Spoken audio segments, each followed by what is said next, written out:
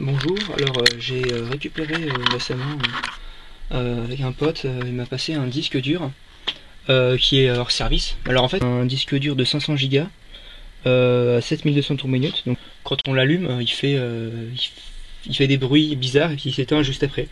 Donc on voit bien que c'est un problème technique et je me suis dit bon bah s'il marche plus autant le démonter pour voir comment c'est fait de l'intérieur quoi.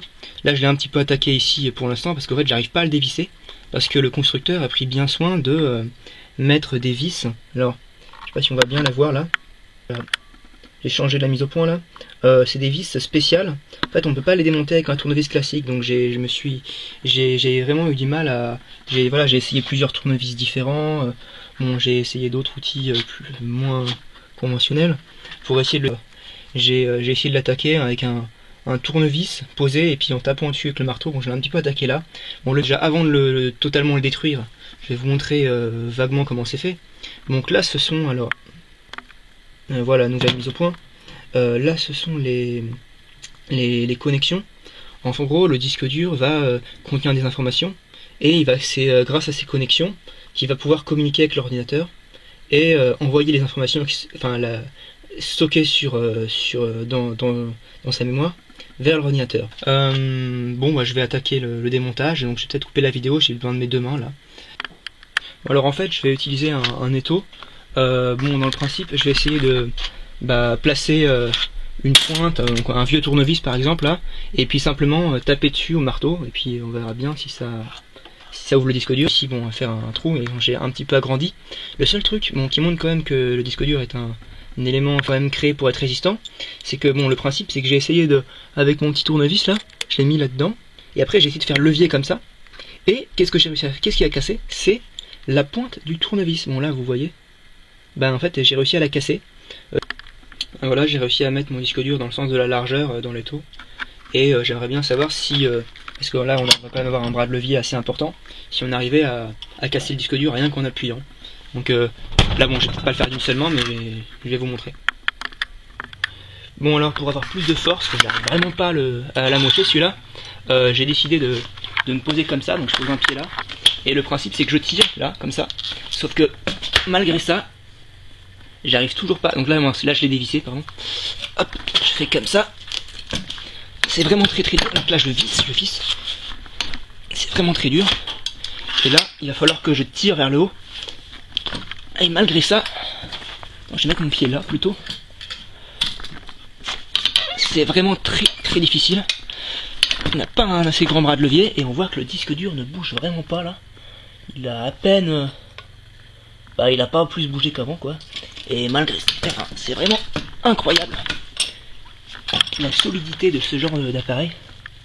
Qui a fait rentrer le tournevis un peu plus profondément, comme on le voit là. Et là on voit que le disque a réussi à se tordre un petit peu. Sous la pression, parce qu'il y a quand même, je sais pas quelle puissance, quelle force exercée par l'étau. Et ça a tendance à le tordre.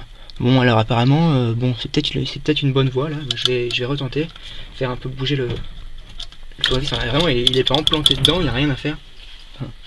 Voilà quoi. J'aimerais bien quand même vous montrer l'intérieur. Bon alors en tapant comme un forcené dessus, j'ai quand même, avec le marteau, j'ai la tranche comme ça là, j'ai réussi à dégager mon tournevis et on voit un petit peu ce qu'il y a à l'intérieur, donc je vais essayer de dégager ça à la pince comme je peux quoi.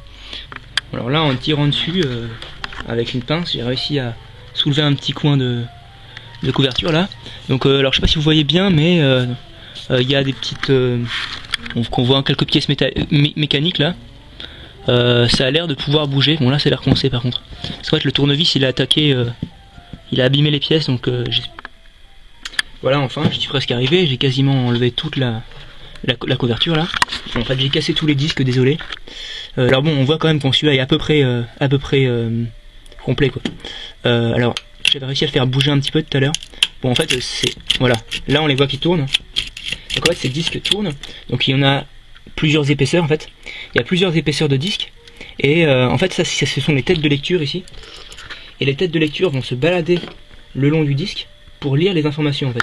Alors je vais essayer de dégager tous les petits bouts là, pour essayer de se faire jouer les têtes de lecture à la main. Et alors j'arrive à faire un peu tourner les disques, bon ça, voilà. Alors on observe que les disques sont solidaires entre eux, donc en gros, il y a plusieurs plateaux comme on l'a vu, et par contre, en fait ils tournent tous ensemble d'un bloc. Alors, c'est pareil pour les têtes de lecture en fait. Alors les têtes de lecture c'est ça, donc là elles sont en position rangée. Il y a un petit moteur électrique ici, là, donc il y a un petit moteur électrique là aussi qui fait tourner les disques. Un petit moteur électrique là qui va permettre aux têtes de bouger. Donc en fait là, bon là il est mort le moteur, hein, ça ne m'étonne pas. Alors en fait là elles peuvent bouger, donc là elles se... Alors en fait là il faut imaginer le disque qui passe entre les têtes.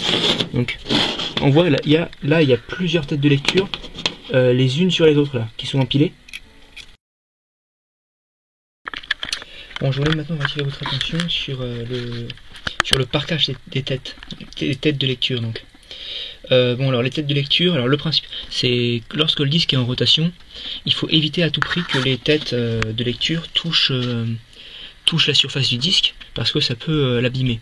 Alors le principe c'est bon, les têtes sont bien obligées de s'approcher du disque pour pouvoir lire quelque chose, pour se déplacer, enfin elles lisent un fichier. Donc là elles sont obligées d'être proches. Par contre quand le disque est arrêté, les têtes, pour éviter de les garder trop proches du disque et éviter d'abîmer le disque, ce qu'on fait c'est que elles vont réussir à se parquer comme ça. Et si jamais le disque est éteint et que les têtes sont en position rentrée, si on secoue le disque, il serait possible qu'elle bouge et qu'elle aille comme ça se balader dans le disque alors qu'on n'aura pas demandé, rien qu'avec la gravitation. On secoue un peu le disque en fait. Donc en fait il y a un truc, il y a une espèce de sécurité. Donc je l'ai vu là. Ce petit loquet là en fait, ici, alors on voit peut-être pas grand chose sur la vidéo. Donc là, le loquet est en position déverrouillée. Donc en fait ça va permettre aux têtes de bouger. Par contre quand le disque est vraiment arrêté et à l'arrêt, je suppose qu'il y a un petit ressort ou un petit moteur, quelque chose, enfin c'est contrôlé électroniquement tout ça, qui va ramener ce petit loquet ici. Cette petite pièce, en fait c'est une petite pièce en plastique qui est là, et en fait ça va empêcher les têtes d'aller plus loin que ça. Voilà, là on voit ça bloque. Donc, hop, hop. Donc en fait ça empêche les têtes de bouger plus loin et d'atteindre la surface du disque. Donc là c'est la position de parking des têtes. Et quand le disque redémarre, hein, cette petite pièce là en métal est enlevée par un ressort quoi que ce soit, et les têtes peuvent retourner lire des fichiers sur le disque. Bon bah voilà, c'est à peu près tout ce que je voulais vous dire sur le fonctionnement de ce disque dur.